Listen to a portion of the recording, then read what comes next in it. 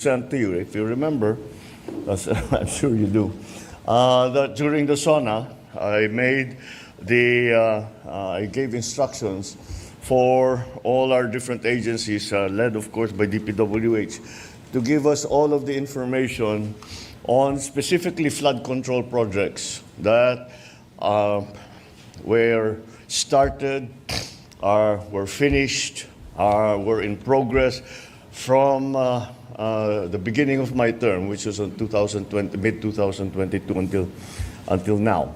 And so part of that process of auditing these projects was to also publicize the list that we were going to get from DPWH. Well, we have done it. We have received the list from DPWH. I think, have put it into a form that is accessible to the public, and most importantly, it is in a form that the public can use so that they can first identify the projects, the flood control projects that are within their area, within their barangay, so that they can actually go and look at it. Or if they already have information, they can tell us about it. Kung maganda yung naging project, kung hindi maganda yung naging project, bakit hindi maganda yung naging project, ano naging problema, etc., etc. And that's what the present website is supposed to do. Now, this is the third iteration of this website. We've been working on it. Kahit nung nasa India kami, we were already working on it. And it was, this is the final form of it. And we are very much open to suggestions. If the people want us to put more info or other info onto the website, we will certainly do that. But to begin with, we have I think there will be a video later on to show very simply how the website is being used. I was asked if, again, this is something that everybody can use, and I'm confident that the way that we have done it is very accessible to people. Before we get to this point, can we do the video first? Can we hang on to this? Wait. Let's start from the beginning. Let's start from the beginning, please. Yeah, okay, let's do that. O sige, gawin na natin yan.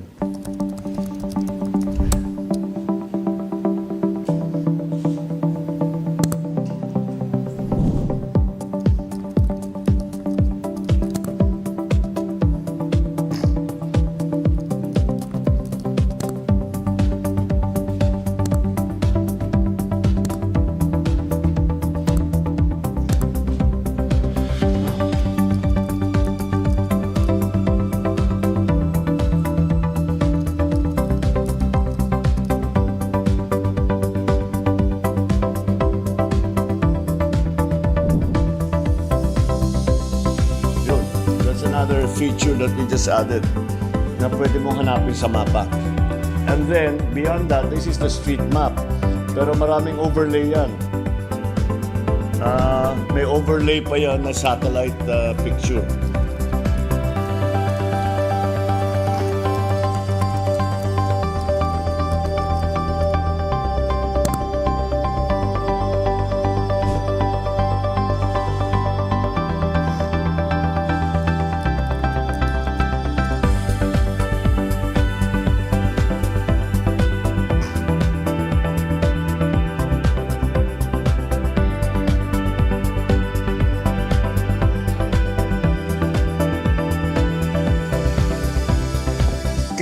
Can we just show the first page?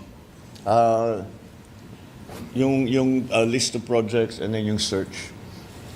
Well, that's the there. Okay, keep going up. All right.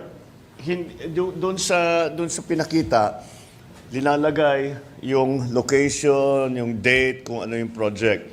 You don't need to have all of those details. All the public has to do, para ang ginawa ko, sabi ko, kasi nung unang namin natanggap ito, it was map coordinates. So sabi namin, hindi pwede. So we translated the map coordinates down to the barangay level. So, ang kailangan lang ipasok ng kahit sino, buksan yung website para makita, tiga barangay 1, 2, 3 ako. Tama. Yun, ilagay lang, ayan, barangay Tabaco. And they can search all of the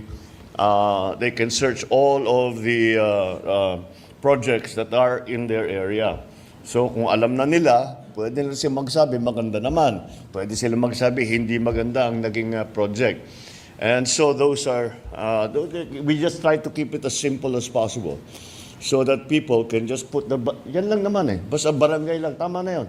Kasi yung isa may listahan pa where, when, that's not necessary. If alam ninyo, di gamitin nyo. Pero kung hindi necessary na ganun, ito na lang. Basta lagay nyo yung barangay ninyo at lalabas na lahat ng flood control project. Maybe there are certain already initial findings that we have made during the ongoing investigation that we have initiated since the SONA. And I think it is interesting for people to look into so that it can be a guide as to where maybe the problems have arisen. And these are key findings on flood control projects. Can we put that up? Yeah. These are basic data lang ito. Next page, yeah. The total cost of all of the projects since July 2022 until today is 545 billion pesos. I don't know about you, but that is a very big number by any measure. That is an enormous number. Let's keep going. Another observation is that there are 6,021 projects worth more than 350 billion that do not specify the exact type of flood control that is being built. Then, many projects also in different locations have exactly the same contract cost. I think anybody who works in either the private sector or the public sector, pag sinabi, may 50 project, pare-pareho, 150 million lahat. Pare-pareho lahat. Imposible yan.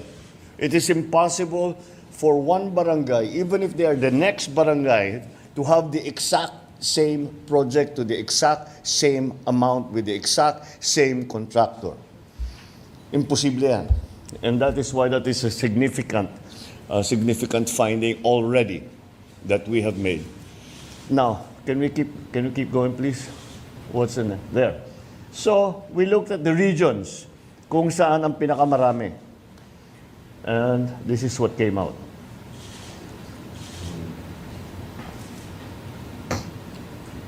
So, that's something that we have to dig deeper into. Parang yung NCR, that makes sense. Kasi talaga yung flood problem nandyan. Pero titignan pa natin yan. Tapos, Region 3, well, they're flood prone. But tignan natin why, as opposed to other places that have that are also flood prone. Okay, next. Here, I think you can analyze this for yourself. I don't need to explain this. These are the provinces with the most projects. And at the same time, here's a list of the top 10 provinces that are most flood prone, that have been assessed to be the most flood prone.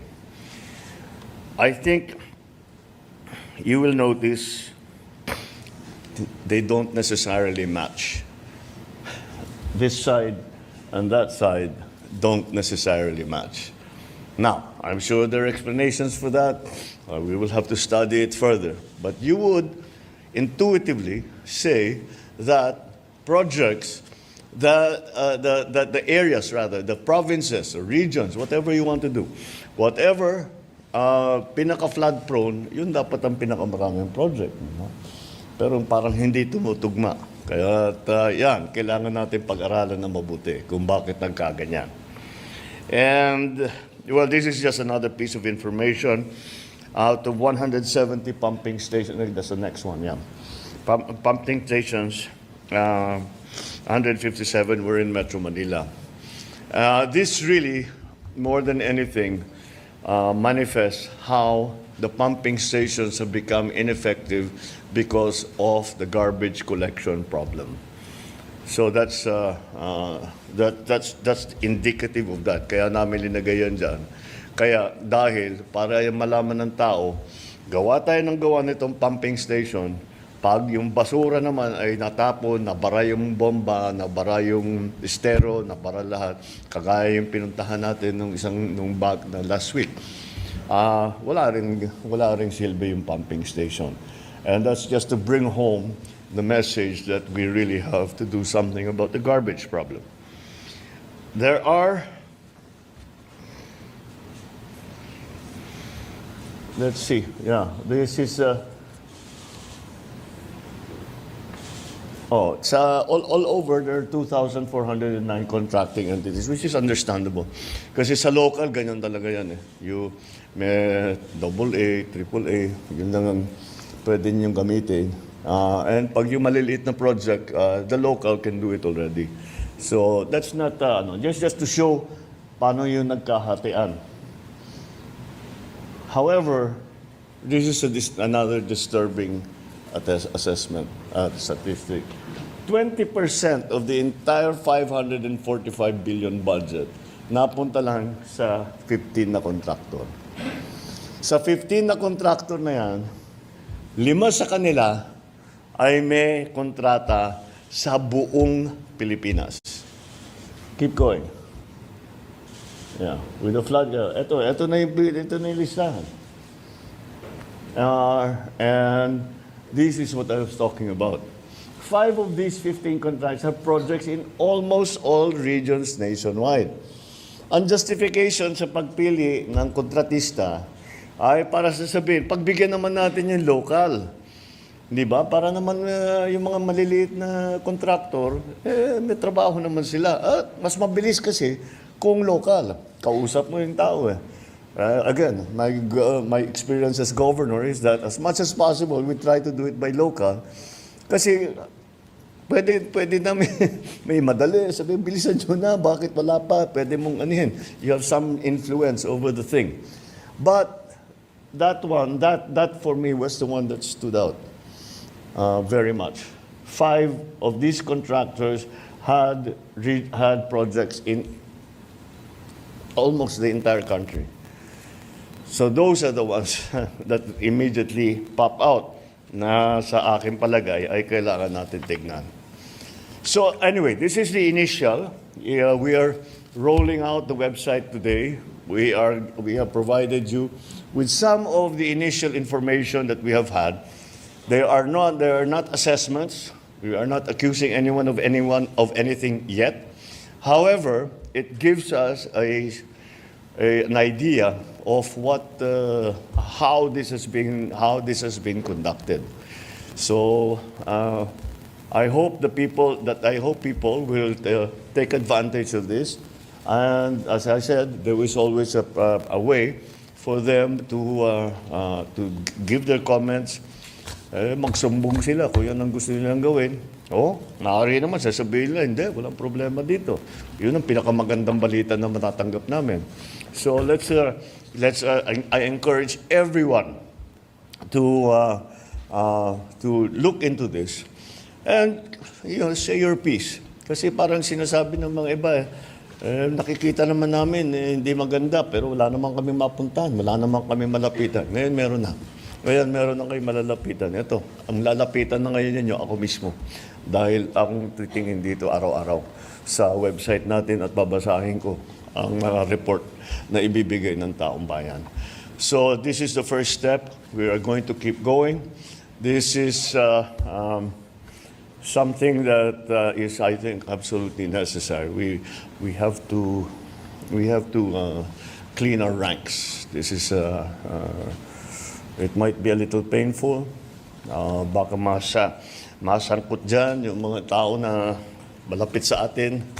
Ngunit kahit malapit sila sa atin, mas malapit naman siguro sa puso natin yung taong bayan. Kaya sila ang unahin natin. All right.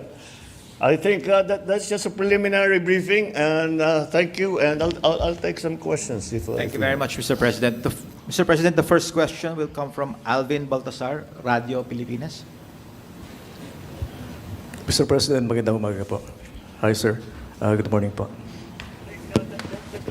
Mr. President, Mr. Ramon Ang is offering to solve the flood problem in the National Capital Region.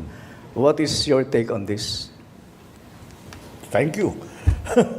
What else? What else can you say? You know, this is why we have. This is the reason why, from the very beginning, I always said the private sector needs to be part of everything of our national development. Hindi pwedeng ganun. Now, yung proposal ni Ramon Ang is also certainly very welcome. Because, you know, we've seen his projects. Maganda naman ang mga nagiging resulta. He's able to bring it in on time. And, you know, the man is an engineer. So I'm sure he has pinag-aralan niya na mabuti yan. He's actually given me already this briefing before. And however, there is still another side to his proposal. And the other side of his proposal, I will fix the flooding problem. I will desil the areas here in Metro Manila anyway. But the mayors, the LGUs have to take care of the garbage problem. It simply doesn't work until we have a solution to the garbage problem. We have a proposal for waste to energy solution in Manila, City of Manila. So baka naman, so that I think that will go on, but that's only for Manila. So itutuloy natin, titingnan natin kung magandang lumabas doon. And if that's the case, then that's what we will do with other parts of at least Metro Manila sa una, or the other urban areas na nababaha.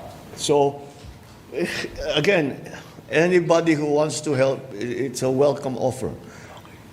Yes. So, sir, just a quick follow-up. So, yung proposal po ni Senador Panfilo Lacson na itap din yung ibang mga bilyonaryo sa bansa, welcome din po sa inyo yun.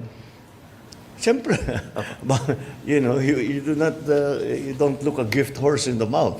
Kung handa silang tumulong. And this is not anything new. The so-called taipans of the country, pagka meron tayong gustong gawin, nag-o-offer talaga sila. Kaya't marami silang naitutulong. So I will certainly look at this proposal of Ramon very, very closely and see if it's actually, if we can do it. Like I said, it will require that coordination between LGUs and I guess San Miguel, whatever it is, what part it is that they want to play. Pero nagdi-desilt na siya. Pasig River, dinidesilt na niya. So alam niya talaga yon. So anyway, that's something that's very welcome, as I said. Any offers of help are always welcome. Maraming salamat po, Mr. President. Thank you. Sir, the next question will come from Ana Felicia, GMA News Online. Good morning, Mr. President. Sir, Senator Tulfo mentioned earlier na isang undersecretary ng DPWH yung reportedly nasibak dahil po dito sa anomalous flood control. Is this confirmed, Mr. President? And sino-sino pa po kaya yung involved dito sa corrupt flood projects po? If we can name them, Mr. President. Now? We just opened the website. No, I need to hear from other people because anong makukuha kong report? Makukuha kong report sa kung sino man, maganda lahat. So I need to hear from people first. And then if there is really something na kailangan sasabihin talaga ito consistent, ang dami nilang 15 yung project nila, puro palpak. Delikado na yan, pitignan na namin. But we don't have that yet. We haven't conducted that. If you remember, the DepDev is going to now go into all of that. Pero parallel effort yan. Sa gobyerno at saka sa taong bayan. Importante yung contribution ng taong bayan. Napakahalaga. Dahil nandito kami, pinag-usapan nga natin, 9,000 projects. Siyempre, didetalye namin yan, iisa-isahin namin yan. Pero ang tao, nandun sa harap nila. Paggising nila sa umaga, maglalakad lang sila ng kalahating kilometro, nandyan na, nakita na nila. So, that's maybe more important. Kaya we have encouraged the way we put the website together, kahit may picture, may video, i-upload ninyo sa amin para makita namin. Kasi meron kaming yung mga malalaking analysis, yung mga satellite nga, pati yung mga report. Pero iba na rin yung nakikita mo, sasabihin mo, dito nasira, dito pumasok yung tubig. Nung bumigay ito, wala na, binaha na kami lahat. So, that's why we are encouraging to go, we are asking people to help us and to help themselves. Dahil kung maayos natin ito, hindi na sila babahin, or at least not as badly as they are now. Sir, quick follow-up lang po. Doon po sa 15 contractors na nakita natin, meron po bang link sa mga government officials, especially po sa mga congressmen na nakaupo, sir? Wala na po talaga tayong investigative journalist ngayon dito sa Pilipinas. Trabaho niya yan. Look it up. We are going to look at it also.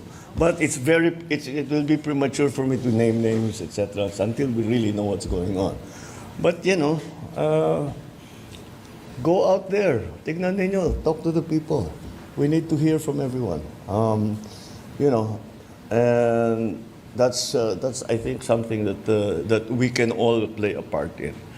I know that once this comes out, that kung ano-ano mga papasok na reklamo, kung minsan justified, kung minsan hindi, dahil may alitan for political or whatever, natalo sa kontrata, the usual thing. But we'll still go through every single one, and we still have to see what really is credible, and what needs to be acted upon. So let's also be fair to everyone, and not say, ito si ganito, ito si ganyan, tanggal ka sa trabaho, unless we have a good idea of what went wrong. Thank you, sir. Thank you. Thank you, sir. The next question from Evelyn Quiros from Filipino Mirror. Good morning, Mr. Good morning. President. Ito pong presentation niyo na website, ito po yung base na po ito sa inventory na sinubmit po ng DPWH? Yes. Opo. Sir, bali, dun po sa presentation niyo, yung may a total cost of 545 billion, 350 po doon is almost 50%. Pwede po ba natin makonsider yun na ghost projects? No. Or hindi naman po? We're just starting this process. Remember, we haven't, DepDev is already working on it. The Public Works is already working on it. My office is already working on it. But if I'm to stand up here and then mali si ganito, tapos mali, that's not fair. So let's be circumspect about pointing fingers and shouting at people. Tignan natin na mabuti. Because always remember, the assumption, kasi masama na ba na tao eh. So the assumption, lahat yan walang kwenta. Hindi totoo naman yun. Meron din maganda. Meron din na buo. Meron naman na nakatulong. So, pero hanapin natin yung hindi maganda, yung hindi nabuo, yung hindi nakatulong, at kung saan napunta yung pondo para doon sa ganong klaseng project. Kung sasabihin natin, it's also possible that palpak yung flood control project dahil climate change na eh. Sa buong kasaysayan ng lugar na yun, hindi pa binaha. Nangyayari sa amin yan eh. Hindi pa binaha. Ngayon lamang binaha dahil ganyan na yung climate change, na iba. Ang lakas ng bagsak ng ulan. So, kaya na-overwhelm yung flood control. Wala naman nagnakaw, pero yung specification natin doon sa flood control na yan ay para doon sa pre-climate change na sitwasyon.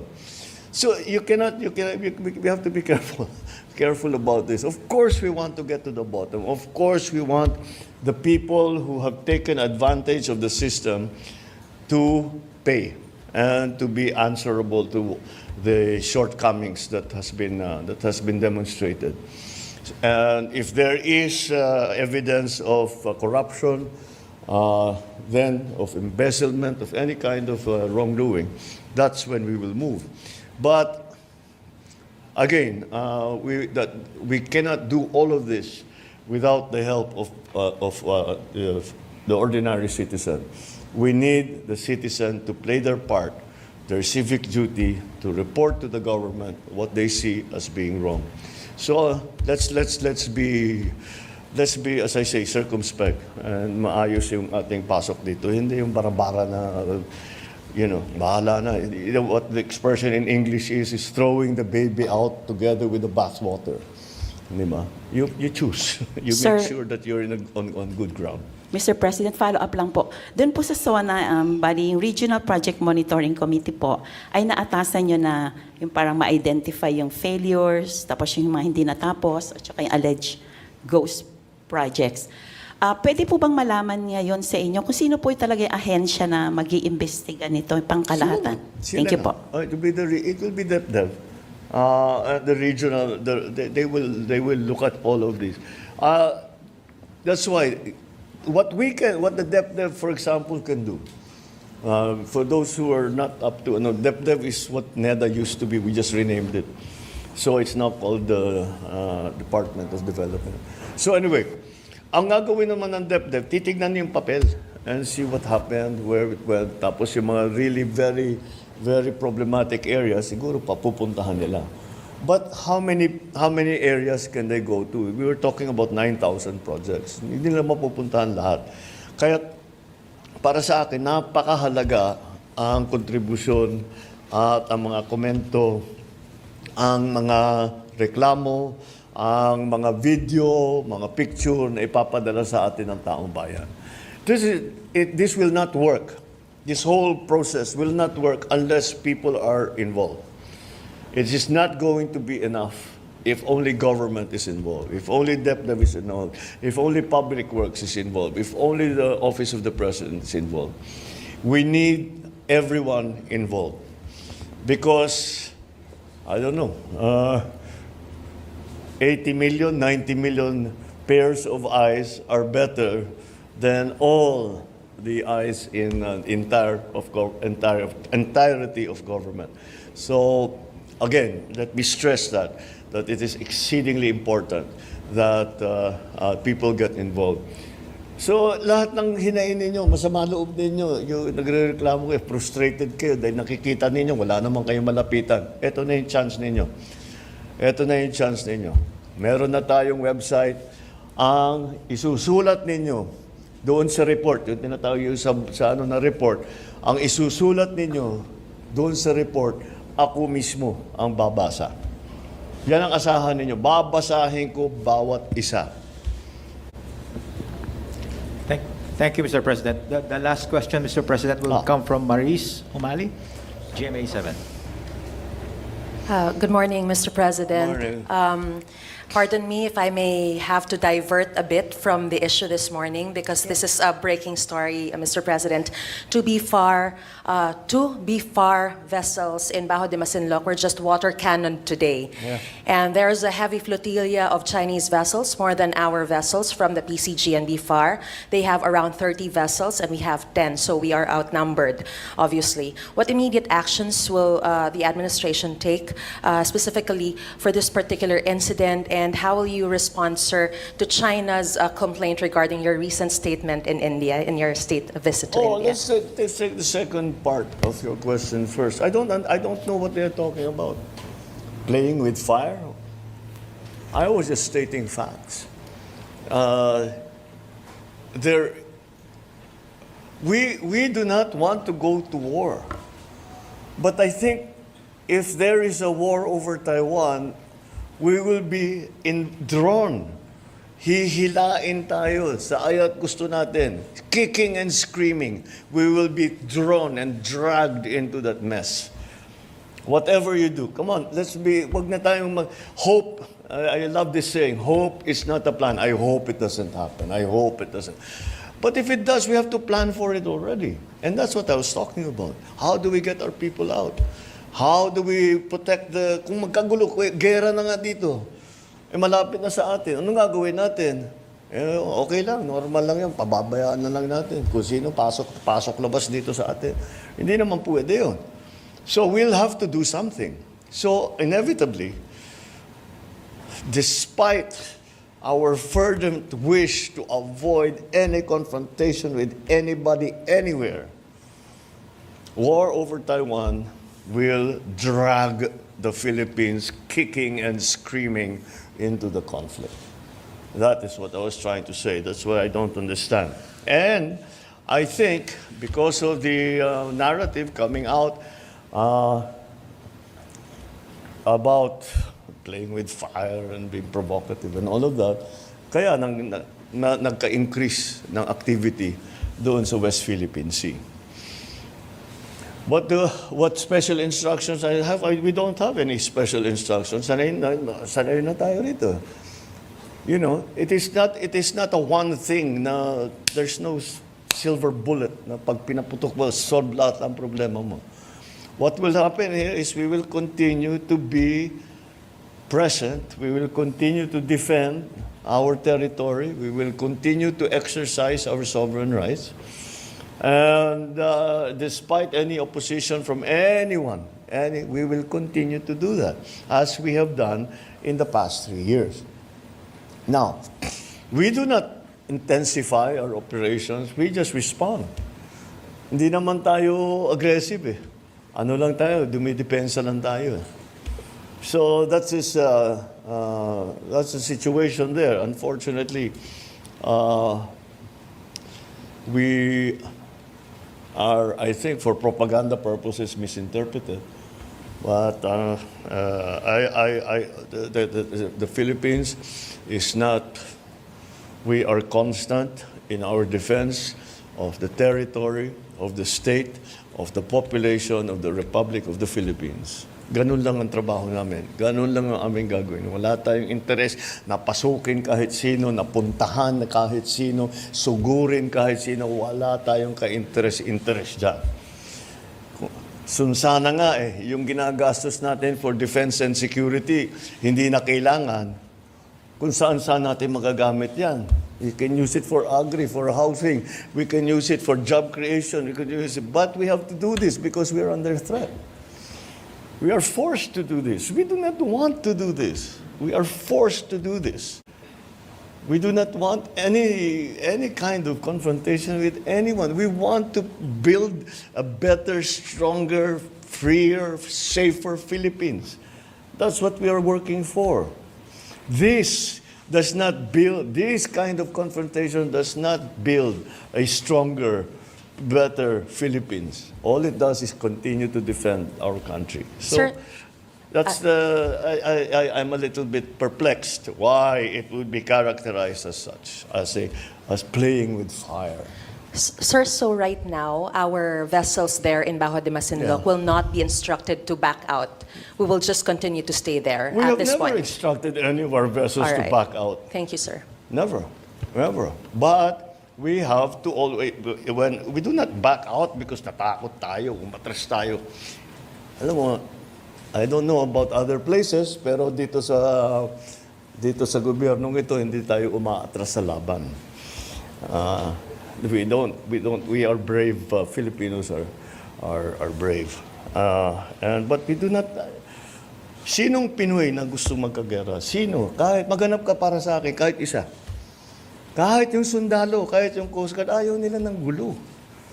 So, no. But at the same time, we have a duty to perform, and that is to defend the country. So no, we never back down. We always continue to do. Our uniformed personnel, the Navy, the Coast Guard, the Army, the Marines, all of them, the Air Force, all of them are pledged. They took an oath. And they're just doing their duty, they're performing their mission, defend the Philippines. Yun lang naman ang ginagawa nila. And we will not stop doing it. We will not stop doing it. We will stop doing it when the threats stop. Tigil na yung mga threat. We can all sit more safely at home, and mas magiging magaan ang kalooban natin kapag ganun ang sitwasyon. Okay? Thank you very Mr. much, Mr. President. All right, That maraming- concludes our press conference this morning. Thank you very much, ladies and gentlemen. Maraming salamat. Salamat. Thank you.